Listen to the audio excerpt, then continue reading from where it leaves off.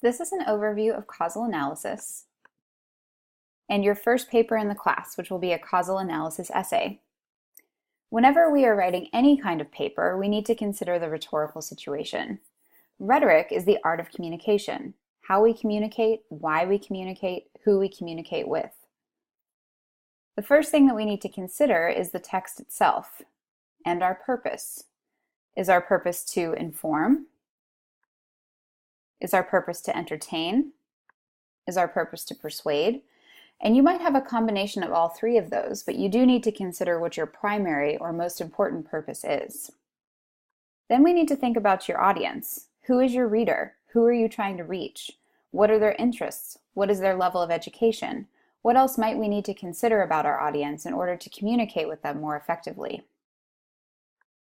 Then we need to consider our stance. What is your stance? Is your stance communicated in the text? And if so, how? And finally, we need to think about genre. Are you writing an article? Are you writing an essay? Are you creating a film? Most of the texts in this class you create are going to be essays. However, you will have a multimedia project and presentation towards the end of the semester. For now, though, let's focus on an essay. When it comes to causal analysis, we need to think about specific questions to ask. And those questions are how, why, and what if. Causal analysis is really just cause and effect. Our next essay is going to be a causal analysis or cause and effect essay, and we will keep the rhetorical situation in mind. At the heart of a causal analysis essay is usually a problem, an action which could take the shape of a solution, or a behavior. You might even mention all of these. A problem became a problem for a reason, and that reason is the cause, or there might be several causes. A solution or action will have several effects, either positive or negative. A noticeable behavior might be a problem, or sometimes it just piques our curiosity. Why is that behavior happening? What caused that behavior? Or what effects are we seeing as a result of that behavior?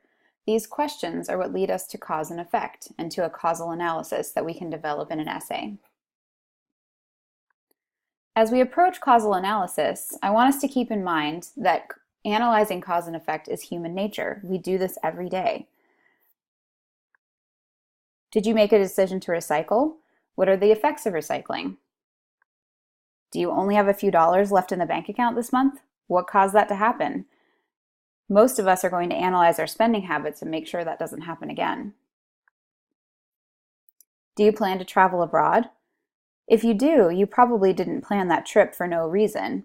You might have thought about how that trip will affect your life, what the positive outcomes will be of traveling and seeing the world. We might also do this if we meet someone who has an odd or unique job. For example, some people actually chose the profession of a dog surf instructor. And some of us, if we meet a person who does that, might say, "What caused you to go into that profession?" If we're happy, we try to figure out why and then replicate those reasons. And then on the flip side, if we're unhappy, we try to figure out why and then change things to make our situation better. Analyzing cause and effect is natural. It's part of what we do every day as humans.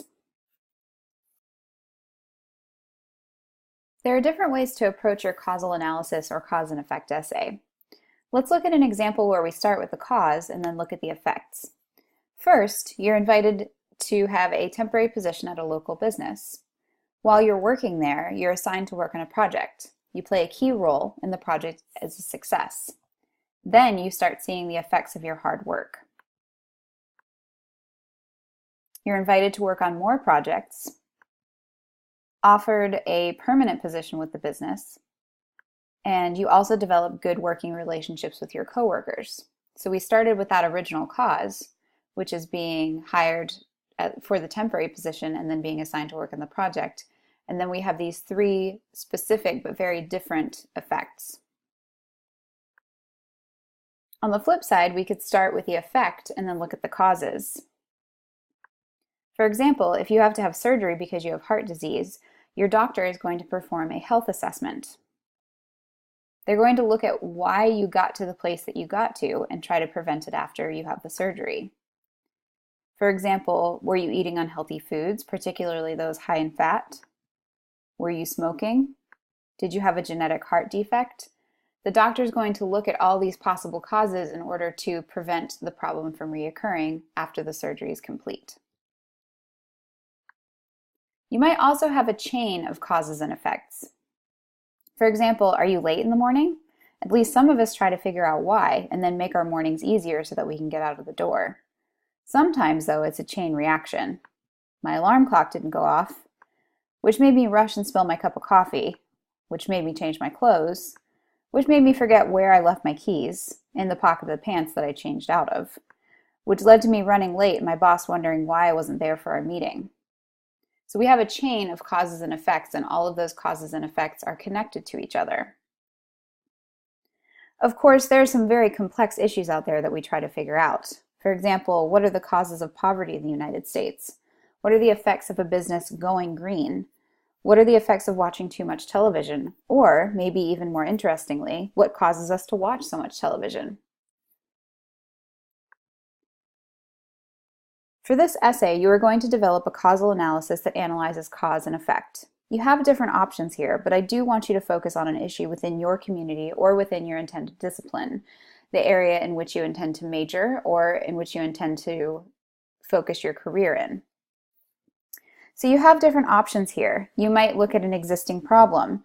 Your first option is to look at the causes of that problem. Your second option is to look at the effects of that problem. You might also look at an existing solution or proposed solution to a problem. Option 1, what are the existing effects of that solution? Option 2, what would the future effects of that proposed solution be? You could choose to look at a positive or negative outcome. Option 1, what were the causes of that outcome? Option 2, what are the effects of that outcome? You could examine an action taken by a person or a group, maybe a business or an organization. Option 1, what were the causes of that action being taken? Option 2, what are the effects that resulted from that action? You could look at an event in the community or within your discipline. Option 1, what were the causes that led to the event? Option 2, what are the effects of that event? You might also, finally, choose to examine a behavior or trend. Option 1, what are the causes that led to that behavior or trend? Option 2, what are the effects of that behavior or trend? The point is to choose a causal analysis model that is more complex, something that really makes you think about the cause and effect and how they're related to each other, and how those causes and effects impact real people in your world. You do need to support your causal analysis with research, so whichever topic you choose, you need to make sure that you can find sources from the library, either databases, print books, or ebooks. If we try this out, we can look at a specific situation and practice examining cause and effect. For example, a teacher, school counselor, and experienced youth mentor team up to begin an after-school program for middle and high school students in your town. They show a film each Friday, provide computers for the kids to use, have games for the kids to play, have volunteer tutors available to help with reading and homework, offer a healthy snack each afternoon, and host a series of hands-on workshops throughout the school year. First, let's consider the causes. What might have caused the teacher, school counselor, and youth mentor to team up and create this program? Then we could also look at the effects. So how does this program affect the students who are involved, as well as the community at large? This is just a short exercise that you can use in order to examine cause and effect, but also be sure to read over the assignment instructions and rubric so that you can see what your essay should look like and you can begin getting some ideas.